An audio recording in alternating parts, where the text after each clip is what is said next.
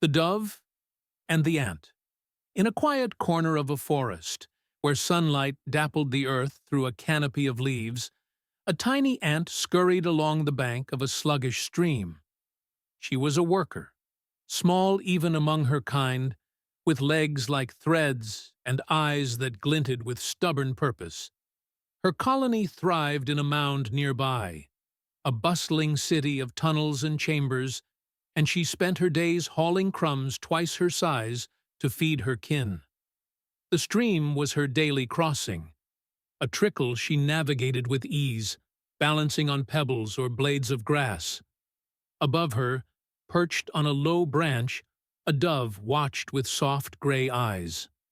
Her feathers shimmered white in the sun, a gentle contrast to the forest's greens and browns, and her coo was a melody that soothed the air.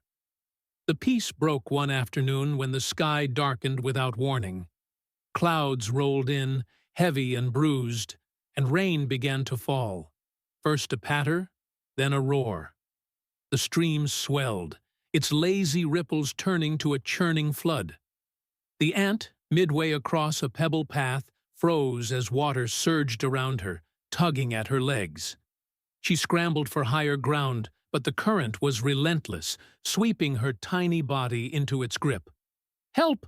she cried, a sound too small for the storm, her legs flailing as the flood carried her downstream. The colony watched from the bank, antennae twitching in despair, too far to reach her. The dove tilted her head, her sharp eyes catching the ant's struggle. Without a flutter of hesitation, she spread her wings and glided down, rain plastering her feathers. The flood roared beneath her, a muddy torrent studded with twigs and leaves, but she swooped low, talons outstretched. The ant, tumbling in the water, saw a shadow overhead and clung to a drifting leaf. With a deft snatch, the dove plucked the leaf, and the ant, from the flood's jaws, her wings beating hard against the wind. She soared back to the branch, depositing her soggy passenger on the bark. "Dry yourself, little one," the dove cooed, shaking rain from her plumes. The ant, trembling but alive, stared up at her savior, too stunned to speak. The rain slowed to a drizzle, and the forest sighed in relief. The ant shook water from her limbs, her tiny frame shivering as she found her voice. "Why?" she asked, peering at the dove. "I'm nothing to you, just an ant. You could have let me drown." The dove tilted her head, her eyes warm. "You were in trouble," she said simply. "I had wings to help. Why wouldn't I?" The ant blinked, her mind spinning. In her world, every scrap was fought for, every favor earned. This kindness, this risk for a stranger, felt as foreign as the flood itself. "Thank you," she murmured, bowing her head, a rare gesture for an ant. Days passed, and the flood receded, leaving the stream a muddy scar. The ant returned to her work, hauling crumbs and mending tunnels, but her thoughts lingered on the dove. She'd seen her since, perched on that same branch, cooing to the breeze. The colony buzzed with its usual rhythm, but the ant felt a shift, a flicker of something new. She began to notice things: a beetle trapped under a pebble, a caterpillar struggling in a puddle. Once she'd have marched past. Now she paused. With a heave of her tiny strength, she freed the beetle. With a nudge, she guided the caterpillar to dry ground. "It's what she'd do," she muttered, picturing the dove's gentle eyes. One morning, a shadow fell over the forest. A hawk, its wings slicing the sky, its beak a cruel curve. The dove, foraging for seeds near the stream, didn't see it coming. The hawk dove, talons gleaming, a silent arrow aimed at her white feathers. The ant, hauling a grain along the bank, froze as the danger loomed. Her instincts screamed to hide, to scurry back to the mound. But then she saw the dove, oblivious, pecking at the earth. "No," the ant whispered, her legs trembling. She dropped her load and raced toward the branch where the dove had saved her, her tiny voice shrill, "Fly! Fly now!" The dove's head snapped up at the faint cry, just as the hawk's shadow darkened the ground. She flared her wings and leaped into the air, the hawk's talons grazing her tail feathers as she veered toward the trees.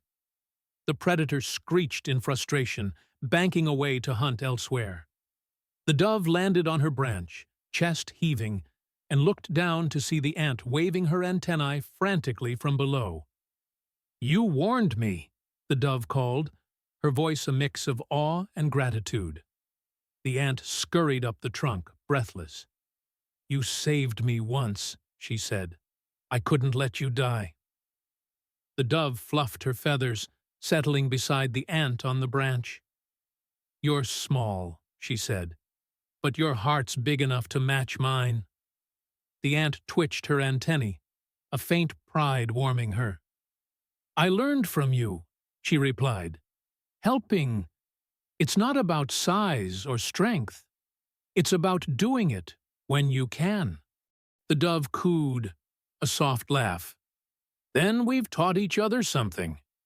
The ant nodded, gazing out at the forest, where the stream glittered under a kinder sun. She'd always thought survival was a solitary fight. Now she saw it as a web, fragile but strong when woven together. Word spread through the forest, of the dove who braved a flood for an ant, and the ant who risked all for a dove. The colony buzzed with the tale, though some scoffed. An ant saving a bird? Absurd. But the ant didn't care.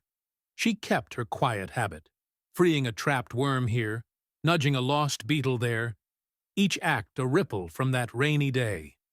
The dove, too, flew a little bolder, her eyes keen for any creature in need. One evening, as they shared the branch, the ant piped up, "If anyone's listening to this story, please like the video and subscribe to our YouTube channel. It keeps the forest tales alive."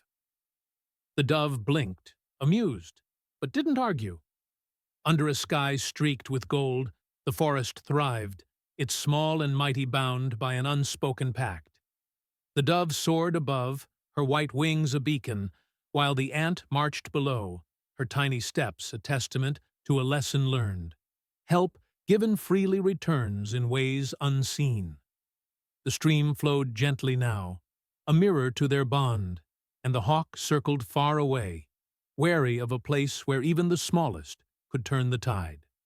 Moral: kindness, no matter how small, builds a chain of good. Helping others lifts us all.